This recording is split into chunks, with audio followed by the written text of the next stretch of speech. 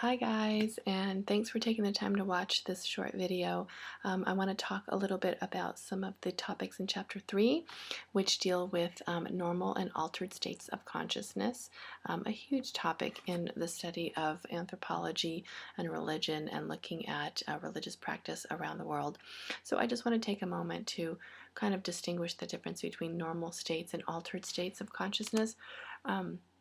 And I know that Carol had kind of talked a little bit about consciousness in her talk in class last week. So normal states of consciousness is basically when we are aware and focused and kind of taking care of our daily lives. It allows us to function within the world, to get the things that we need, to multitask. If you think about maybe early humans and traditional hunters and gatherers, your normal states of consciousness would be those immediate things that were necessary for survival, taking care of yourself, your family, food, shelter, safety, etc. So when we talk about navigating our normal state of consciousness, that's kind of what we're talking about. And it's usually you're directed outwards in terms of taking care of others, taking care of work, school, not really focused on internal elements or your own internal thoughts. So here's the distinction. Altered states of consciousness is a time where an individual may be less able to function within the world. And so what that might mean is that there is more inward reflection. There is some differentiation in how the individual might be obtaining sensory information and how they're processing it. Achieving an altered state of consciousness is one of, I think, the most fascinating things that we do in the study of religion and anthropology, to see how different cultures are able to grasp altered states, and the meanings behind it and the reasoning behind it, I think, can be very, very diverse in when we think about altered states in our own culture. Altered states may be associated with a variety of factors, and so quickly in looking at the induction of altered states of consciousness, we might look at sensory activity or mental activity. So when you have any type of sensory deprivation, then that might lead an individual to start experiencing the world in a different way. And that's kind of what we've been talking about in the last couple weeks. How is it that we uniquely experience our world? How is that experience affected by our surroundings, our culture, our sensory experiences? And then adding another layer this week is, how is it that we experience our world, and how might that be modified in terms of our internal capacity to shift that consciousness? Deprivation could be meditation. We didn't get a chance to talk about neurotheology in class last week, but I did put a link on the news item in the homepage of D2L webpage that we have for the class on looking at how science is really looking at the effects on the brain of deep meditation and how that actually can change the brain. So this is something to look at, how science is really starting to investigate the effects of these types of practices on our biology. So again, that biocultural approach. On the other side of this kind of diagram is sensory overload. So think of those of you that might attend things like raves, where it's high intensity in terms of activity, visual stimulation, really shifting that state of consciousness. Again, an altered state might not necessarily be a deprivation or an overload, but also in terms of what you're doing in your behavior. A focused state, think about if you're really involved, maybe you're an artist or a musician, you're really involved in the music, or you're really involved in making a piece, and 5 minutes turned into hours and you didn't even notice. That could be considered an altered state. Relaxed states, again, may be tied also to the deprivation of activity, where you are relaxed. Think about if you're ever in a situation where you're getting a massage or something, and you're almost at the point on the verge of falling asleep, but you're not quite. You're that relaxed that your consciousness is swayed a little bit. The idea of inducing altered states of consciousness is really interesting to us, because there's kind of this continuum of how we might differentiate a self-awareness. from looking at how we are very, very self-aware of being distinct from the world and separate from the world, versus how that boundary may be blurred in an altered state. And so the diagram that John Baker, one of the authors of your text, put in the chapter kind of shows that kind of more on an Eastern level than on a kind of Western perspective, but you'll see kind of the tranquil side will take you from that baseline to the altered state. Flip side is the more intense activity will take you also to that altered state, where you're more unaware of that distinction of yourself as an individual, and looking at more of that interaction between yourself and the rest of the world. So each culture defines which altered state is allowed and which are not. We can't have this discussion, of course, without talking about altered states that are induced through the use of substances, most likely plants, that we see in the natural world. Altered states in many cultural and religious traditions may be induced through the lack of water, food, sleep. I can definitely think of my child's early months as a newborn, and my lack of sleep definitely put me in an altered state of consciousness. Looking back, I don't even know how I was functioning. And maybe some of you can relate to that. But thinking about how some cultures, indigenous cultures, use certain plants to achieve altered states, to conduct their rituals, worship, connect to the spirit world, get a better understanding. And so we see that we'll be talking about those elements throughout the next couple of weeks. When you watch the video that I made with John Baker, he'll be talking about the Huichol Indians in Mexico, the native peoples that use the peyote plant as part of their tradition. And so that's kind of a wonderful example of what we're talking about. And not all cultures in the world necessarily recognize all the varieties of altered states that there can be. So it does fluctuate from culture to culture, and each culture has their allowances and taboos with regards to altered states, and our culture is definitely no exception to that. So I'm going to give you two quick examples that maybe you guys can do some YouTube searches on your own to see, since I don't have time to do this in the video.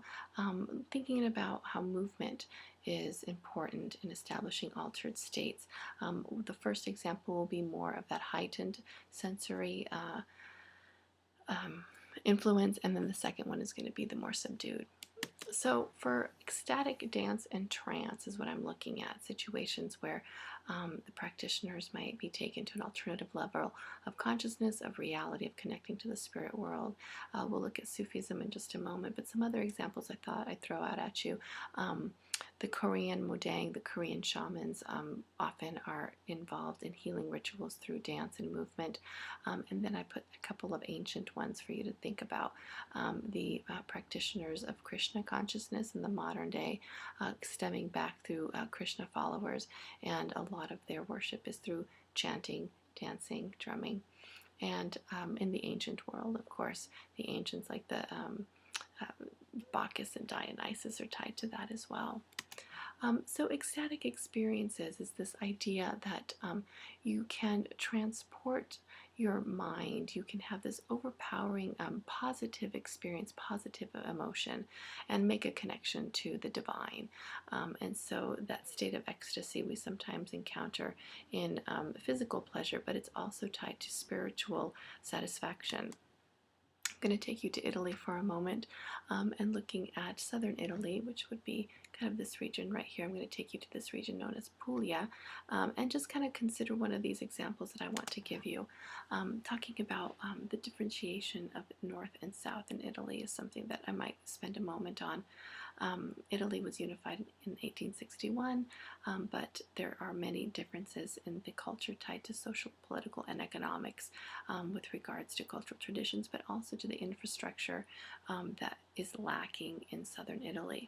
So these communities often are plagued by some problems linked to organized crime. You guys might have heard the stereotypes of the mafia, violence, underdevelopment, a reliance on social networks, and a mistrust of the government leads to a lot of problems in these regions. So for the solution for many of these regions is tourism.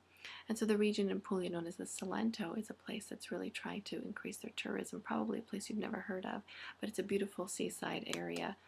They have a lot of old traditions tied to artisanal food production. Olive oil is one of the big they're one of the big producers of olive oil in the region, and so you can take tours and see these old frantoio where they would produce the olive oil in these traditional ways.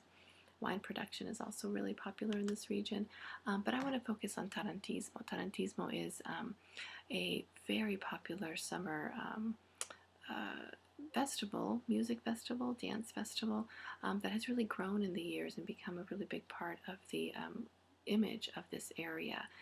But this is a very ancient tradition, and it's one that is steeped in this idea of experiencing an ecstatic dance for healing, really, and has really turned into something much grander in the modern world.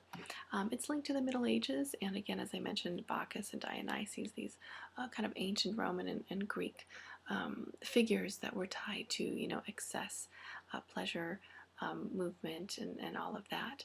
So there's a link in this tradition to the past, and you can kind of see here's a map of the region, and oh, look at there, right? Think of the word tarantula, tarantismo. There's a connection there. It's often associated in the religious context to the Catholicism that is widespread throughout Italy, and there's ultimately a pilgrimage that's involved to the local saint, the patron saint of St. Paul, patron saint of the town of Galatina, which I'll get to in just a second, why that might be important too. So Tarantismo is associated with women, it's women's behavior, and traditionally it was linked to the suffering that women would experience in the grips of a patriarchal society.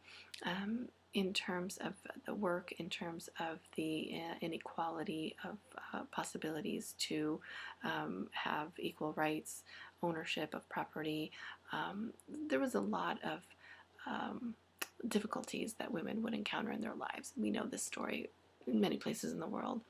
And so Tarantismo would grip, I guess you would say, a woman. The folklore is that she would be out in the fields working, and she would be bit by the tarantula spider. And so she would go into kind of a dance, trance-like state. And the way to heal herself from the poison was to movement. It was to dance and dance uncontrollably until she made it to St. Paul's shrine, to the patron saint shrine. This is kind of associated a little bit with the idea of hysteria that's often associated with women.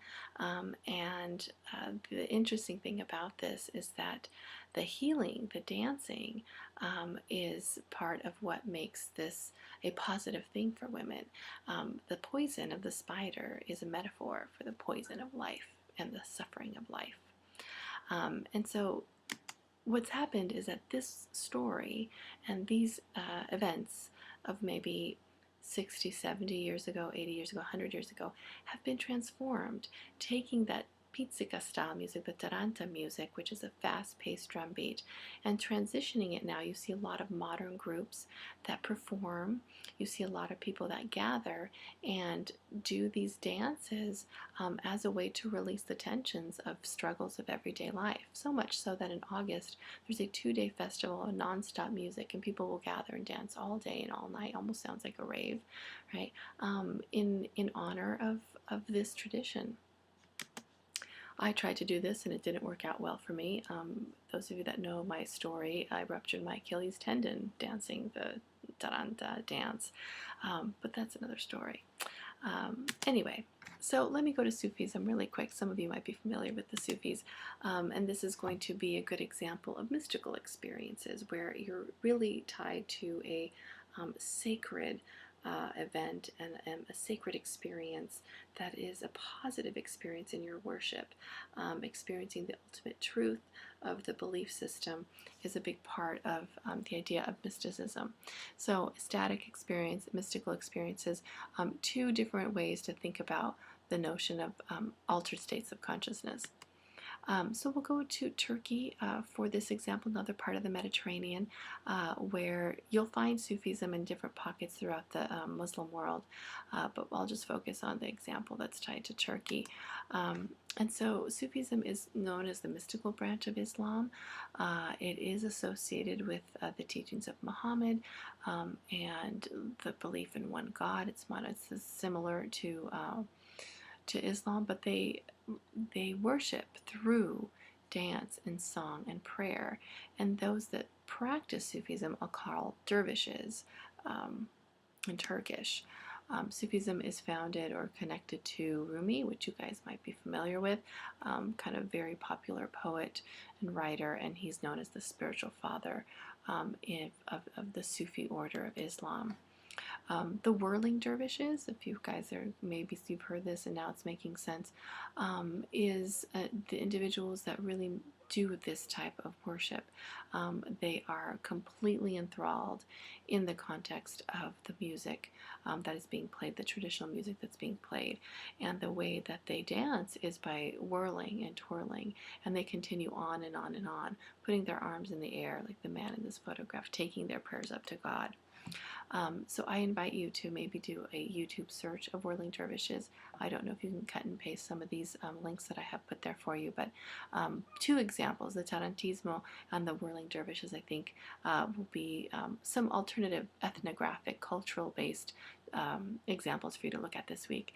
And once I get back, we'll talk more about some other elements I'm sure you guys are curious about.